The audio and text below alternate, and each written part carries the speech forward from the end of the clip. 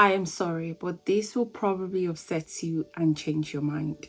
Today, I'm going to be sharing with you what I wish I knew before going into raw hairline.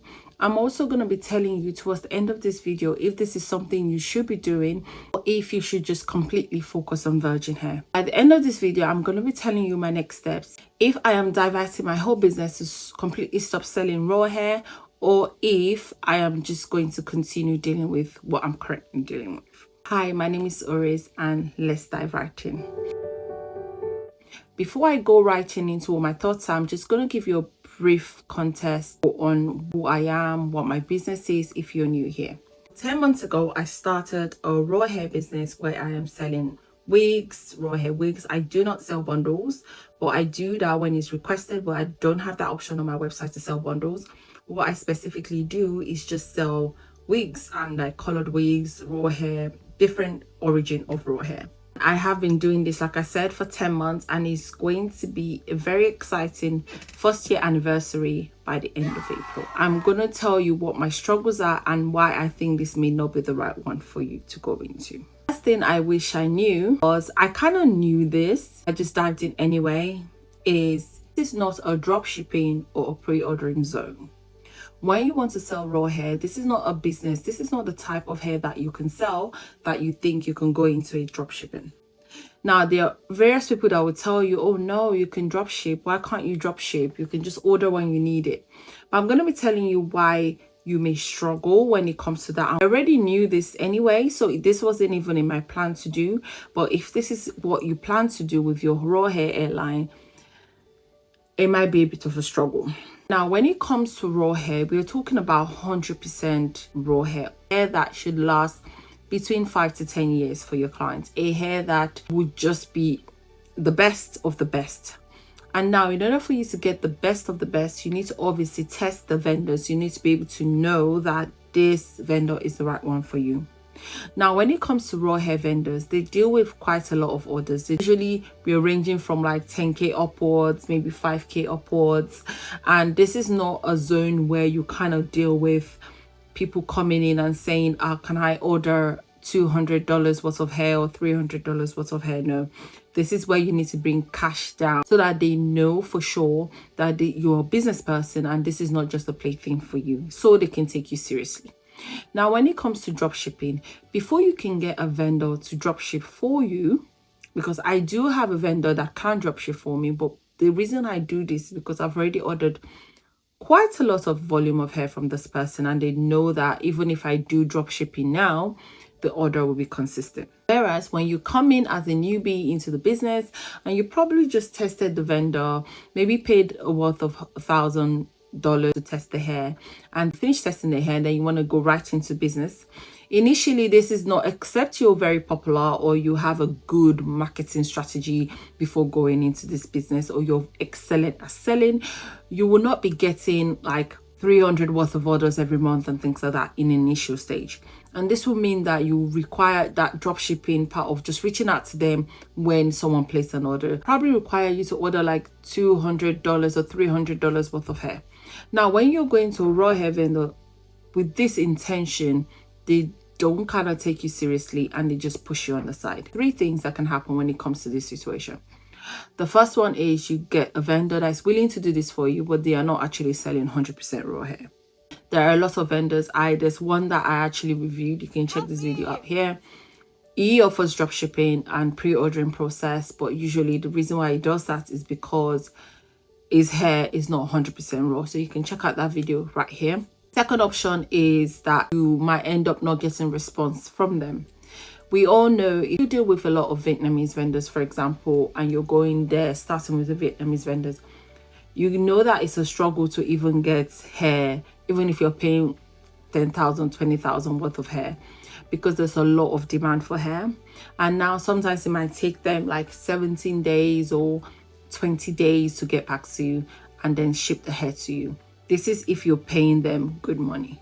Now, if you're that kind of person that comes in every now and then with your $500 worth of hair or $200 worth of hair, you will not be getting a good feedback or good response from them, because they would think that, oh, you're back again with the little order. Why they'll rather give priority to people that place massive orders, then they'll give you priority because you place like $500 worth of hair here and there, and it's not even consistent. I fail trying to convince them to buy from you. When it comes to virgin hair, it's really easy to sell. The reason why it's easy is because it's affordable. Two, that's the norm. Everyone just feels like hair is hair. We have two different people in life when it comes to hair. We have the one set of people that would literally have so much idea about hair. They love hair. They can even see a good hair without you telling them. They are so into hair, they don't mind spending so much money on hair. This set of people you will not have to convince them too much to buy hair from you. Sometimes they already have their own wig maker that they like, that they love their hair, they really trust them. But even for this kind of people, it's so much easier to move them from here to being your customer, because you can tell them what you can offer them that their other wig maker will not offer them. You can also show them the high quality or how good your hair is more than who they're buying their hair from. So it's really easy to convince them, because to be honest, when it comes to the marketing funnel, you have I don't know this word for word, but you have a funnel, then you have the ones that actually have no clue. That I think those are the cold customers. Then you have the warm customers. Then you have the ones that are ready to buy. Now, when it comes to this set of people that have an idea of what raw hair is, they're already warm. They already have an idea of what raw hair is. You don't need to convince them too much. Now, moving on to the other set of people that have no clue the difference between raw hair and virgin hair. These ones there is a lot of them. Now, when it comes to this set of people, they think hair is hair. They think AliExpress hair is hair. They think icy hair is hair. They don't even know the difference. Even if you show them like your raw hair and then you show them a virgin hair, they're looking at you like, this is the same hair. Now, these kind of people, it would be a struggle to move them from here to a customer. This is because you need to explain to them why they need to spend so much money to buy a wig from you. For them, they think that you're trying to extort them from so much money because they could equally look good with virgin hair. So when it comes to selling raw hair, this is not a business that you can just venture into if you don't have any marketing ideas. Personally, I do a lot of podcasts and things just to increase my knowledge on how to sell high ticket items, because this is a high ticket item. This is not an item that can easily be bought by everybody on the street. In order for you to be able to buy a good raw hair wig, you need to have a good paying job, a good career, a good business and things, and you need to be comfortable to be able to spend that kind of money. You also need to make sure that when you're marketing, you're not marketing to the people that are even not willing. They love it, but they actually cannot afford it. So it's actually a very tricky selling technique that you need to have in order to be able to gain this client. So when it comes to raw hair, if you know that you're not comfortable with selling, if you know that you're not comfortable with maybe finding the nose and then targeting the customers and things like that, then this is not the one for you. Moving on to what I wish I knew before starting a raw hair line is you have to be a people person. I'm going from me selling into people because in order to sell, you have to be able to analyze people to sell to them. Now, if you're someone like me that would not like to go out, that would like to be indoors, and even if you get approached, because sometimes I get approached and I wear my hair and they're like, oh, I like your hair, and I end up saying thank you rather than selling what I'm selling. Even my husband sometimes does the more of the selling for me than I do. But if you're that kind of person, then it might be a struggle to sell. You might also want to know how to approach people without even being approached. But for me, that is really difficult, and that is something that I struggle with. So when it comes to selling a high ticket item that you've already purchased, bear in mind that this is not a business that is good for drop shipping or pre-ordering. So you probably have bundles in the house and you need to sell out those bundles. So it's really important that you get yourself out there. Be a people person, be consistent when it comes to selling. Understand your marketing technique in order to be able to do this. Honestly, this one I didn't really know as much detail before getting into it. But now I'm kind of like learning and getting myself diving into different selling techniques when it comes to high ticket customers. On to the next one is that it's so expensive to start a raw hairline. I'm gonna give you like 3 different categories of where raw hair can take all of your money. Now, the first one is testing. If you want to start a raw hairline, you will need to test. You would also need to test more than you would test when it comes to virgin. I'm going to explain why. When it comes to virgin hair, when you test the vendor, you're looking for durability, you're looking for quality as well, you're looking for less shedding, you're looking for maybe free fillers. If you need to know how to know good virgin hair, check out this video here. I also have a playlist here breaking down how to find a raw hair vendor and things like that. So if you're unsure about what I'm saying, you can check out this video. This will really help you. What I'm trying to tell you is you don't need to have a lot of checklists when it comes to knowing a good virgin hair. When it comes to raw hair, all of the things I have counted for virgin hair, you still also need to know if this hair is truly raw, because the hair can be good but not really raw. We're talking about hair that can last your clients from 5 years upwards to about 10 years.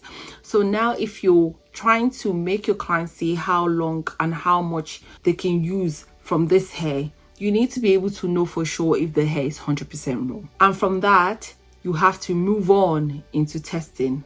So you don't just test one vendor, 2 vendors, 3 vendors. You need to continually test. This also applies to virgin hair. However, you don't need to test as much in order to get a good virgin hair, because there's a lot of virgin hair out there. There's a lot of vendors for virgin hair.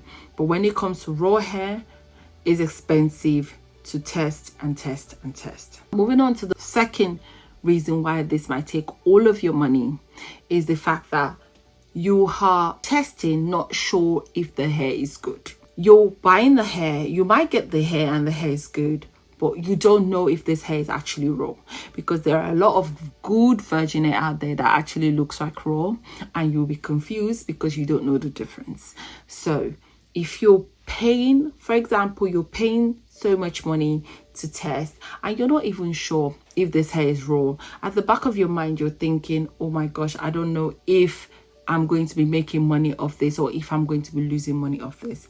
So from there on, it is already expensive. It's an expensive venture that might even make you lose money. Moving on to losing money, I hope not. But when it comes to testing a virgin hair, you don't need too much to invest in. For example, you can have $500 and test maybe from like 3 vendors when it comes to virgin hair. However, for raw hair, you probably will only test 1 vendor, because testing raw hair can be really expensive because it is not cheap. If you don't have any idea and if you're unsure, you keep testing because you don't even know what to look out for. This is where it gets so expensive. You're already eating well into your profit before you even make profit. Now, this takes us to the next phase, points I wish I knew. I kind of knew this anyway, but I want to point it out because not a lot of people do. You might make so much loss before you make profit. Like I said, it is expensive, so you're spending so much money testing. However, there's nothing in return. And I believe when you're testing, you're not selling the bundles you're testing. But what some people do that can save them money is that they tell friends and families, oh, I'm testing this. I'm not sure if this is 100% raw hair, but I can sell it for you the price that I got it. So I'm not going to charge you for making a wig. I'm not going to. So many people get interested and they are very happy to do this because they know that they're probably getting a bargain. There's somebody like me or somebody else that actually don't have people to just give the hair to.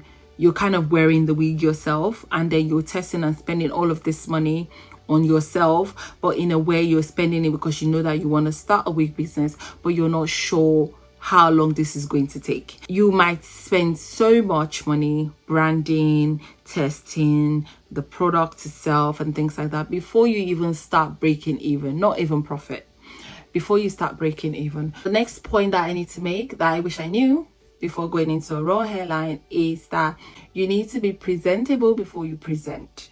Now, this might sound a bit confusing, but when it comes to selling high-ticket items, luxury items, some people want to see that you are giving a luxury vibe. And if you're like me, that you just like everything minimal, you don't even bother about jewelry or like your hair, you just want to get the products out there, this might be a struggle because some people want to see what they want to buy on your head and not on the mannequin. Don't get me wrong, I rarely wear my wigs, basically put it on mannequins because most times they're already gone and sold anyway. So I just kind of put it on mannequins. But some people rather want to see what they're buying because it's a high ticket item. So you might have to end up buying all of these wigs or wearing all of, because I believe, because one of my things that I do for my wigs, that I don't wear the wigs that I sell to customers. No, that's not what I do. Some people do. Some people say they wear the wig cap and then wear the wig, but I don't believe that is appropriate. I think that I don't want to advertise and wear your wig and start advertising it and then post it to you as a new wig, because to me that doesn't seem new. So but this is different from other people. If you're willing to wear the wig before selling it, that is good on you, but it depends on what your value is for your business. Now when it comes to presenting, you obviously need to look the part of the hair, you obviously need to wear the hair and then go out there. If you're like me that don't like going out and don't want to get aesthetically pleasing content, then this might be a bit difficult, because some customers just want to see you go to Starbucks with the hair on and take pictures and do videos. But if you're not that kind of person, it might be a struggle, especially if you're trying to convince these people that you sell good hair. They need to see it on you to be able to convince. My own savior, kind of like apart from God, is the fact that I have had customer base prior to me selling my website, so they trusted my goods anyway, they trusted my business anyway, so it was easier to kind of warm them up and then get those clients to come and purchase the wig from me. And also another thing was word of mouth. I was getting a lot of word of mouth from my past customers, so it was easier to kind of like warm them up and see that regardless of me not wearing this wig, you're going to be getting good hair. Now, the next point I want to make now is the fact that you might be trapped in recurring customers and not new customers. It actually applies to all businesses, in my own opinion, because you can get quite complacent when it comes to like your business. If you're making a certain amount of sale, you might feel like, okay, I already have this base. You might not even worry about maybe content creation or being consistent. Honestly, I am a bad example because I struggle with content creation. I struggle with like putting things out there. So like, okay, I already have a base customer and I know that they always order the hair during a certain period of time, and also I get word of mouth, so this has made me kind of relax. However, when it comes to selling ticket items, you need to be in people's faces. You need to show them that this is the hair you need to buy. Don't go anywhere. And if you're relaxed because you're already making a certain income, you just end up having a reoccurring customers rather than getting new ones. I know this one I didn't actually know. I fell into this trap. And I feel like it really applies to high ticket items, because for lower ticket items, you can sell it here and there. But when it comes to high ticket items, you need to actually be in people's faces and let them know why they should spend this amount of money with you. And the next point I need to make is the fact that this is not for beginners. So if you're looking to sell wigs or sell bundles and you've never gone into something like this before, or you've never been wearing raw hair for a long, like you're not an avid user of raw hair, or then I would tell you this is not a good idea. The reason is because in a virgin hair business and having a raw hair business is entirely different. Different target audience, different everything. And if you're someone that you're completely new to this phase, it's good that obviously me and some other lovely ladies on here have a lot of videos talking about how to know raw hair, what to do, how to find one. However, you still need to test, you still need to understand, you still need to use, and with time comes experience. So if you're diving a business that is very like high level and you're not even starting from the base, this might be an issue. So starting as a beginner with raw hair business is not a no.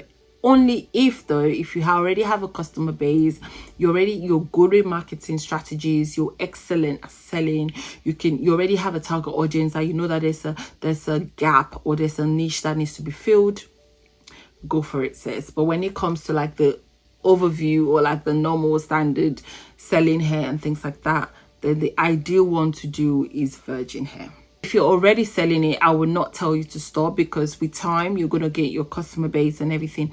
And also if you decide that that is the one for you, go for it, but just understand what comes with it and just find ways to be able to apply it so that it doesn't affect you in the future. Point to mention is you have to have an income on the side before venturing into this kind of business, because it is quite expensive.